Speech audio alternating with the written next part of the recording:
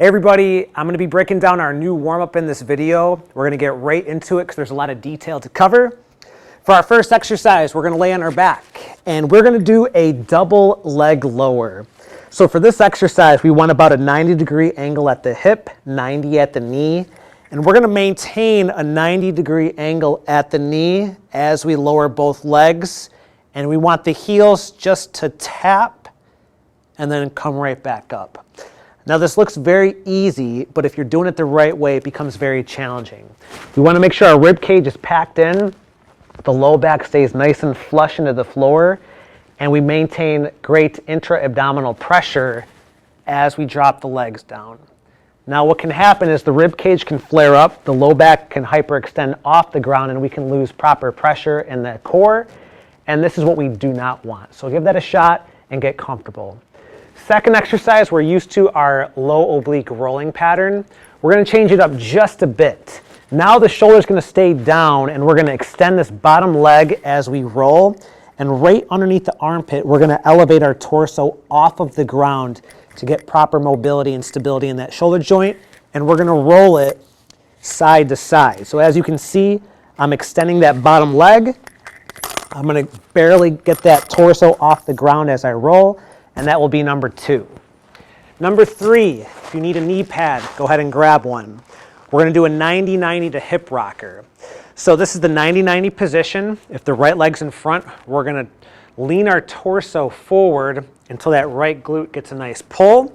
Once we hit that threshold, we're going to pop up to a half kneel position and rock forward. Now as we rock forward, if my right leg is down, I want that right glute to get engaged tight and not allow any overarching of the low back. This is how we get a really nice pull on the hip flexor. If we don't engage the glute and we overarch our low back, this is how we damage our hip capsule over time.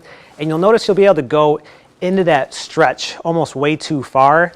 When we engage properly, I'm already feeling that nice pull right now. We'll go back to that original position. Again, lean forward, hit that 90-90 to hip rocker, and we'll repeat that until the halfway and then switch it over to the other side. Again, rock it, get yourself up, go into that hip rocker, and that'll be number 3. For number 4, we're going to do what's called an adductor rocker. You may need 2 knee pads depending on your preference. We're going to get a really wide stance with the knees, drop down to the forearms, and rock the body back and forth. We should be feeling a nice pull on the inside of the thighs. Some of you may like to do this from the hand position, completely fine as well. 5th is going to be another rocker. However, this one's going to be targeting knee flexion and core stability. We're going to get into a bear position, barely get the knees off, and rock back and try to maintain or try to improve knee flexion as much as you can here. Now, if this is too difficult for some of you, just keep the knees down and rock back. We always want to have the ability of maximum knee flexion. We typically lose this as we age. We always want to be able to get down into deep positions as we age. Okay, next is going to be a windmill Spider-Man, so a new version of the Spider-Man. Half kneel position. If my left knee is down, my left hand is going to reach towards the floor as I reach up with my right. And this is going to help improve mid-back rotation. We want to, again, engage that glute on the bottom leg. So if my left knee is down, I'm squeezing that left glute. This helps prevent over-rotation of the low back, and we're trying to improve mid-back rotation. So that is our windmill Spider-Man.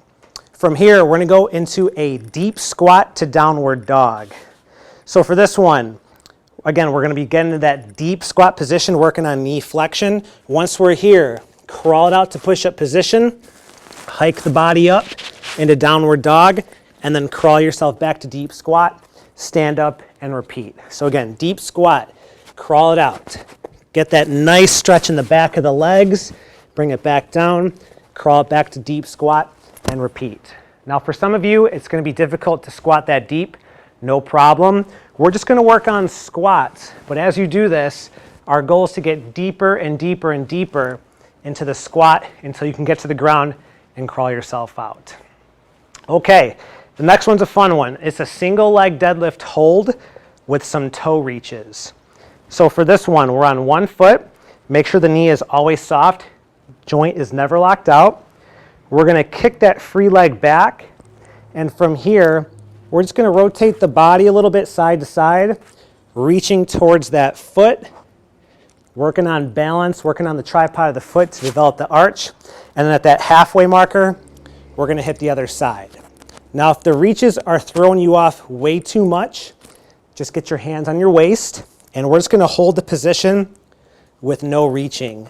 So just getting very comfortable in that single leg deadlift hold position. At the halfway, switch it up. Next is gonna be a reactive lateral hop. So we're gonna work on a reactive balance drill here. So we're gonna jump, stick the landing, hold for about 1 to 2 seconds, jump the other way, and just keep working side to side. Just a nice little reactive balancing drill for this one here, okay? We're almost there. Next is lateral lunges, nothing fancy, wide stance. We're gonna just sink down and back into that lateral lunge and just groove it side to side. This is the active version of that adductor rocker. So again, we always wanna feel it on the inside of that thigh, getting a nice pull, working on improving the elasticity in the area. That's our lateral lunge. Following this is our reverse lunge to overhead reach. If my right leg goes back in the reverse lunge, I'm gonna sink down and my right arm's gonna reach up and away, and then I'm gonna hit the other side. When my left leg goes back, left arm is reaching up and over, and just keep alternating side to side. The goal is to get a nice hip flexor pull, a nice little lat stretch here as we do this. All right, last one is just a little forward backward run. This is just simply to get the blood pumping, the circulation going, ready for our workout. So just get about 5-10 feet in front of you, just working on moving forward and backward, and that will be our warm-up. All right, if you guys have questions, reach out to us, and we'll be starting this very soon.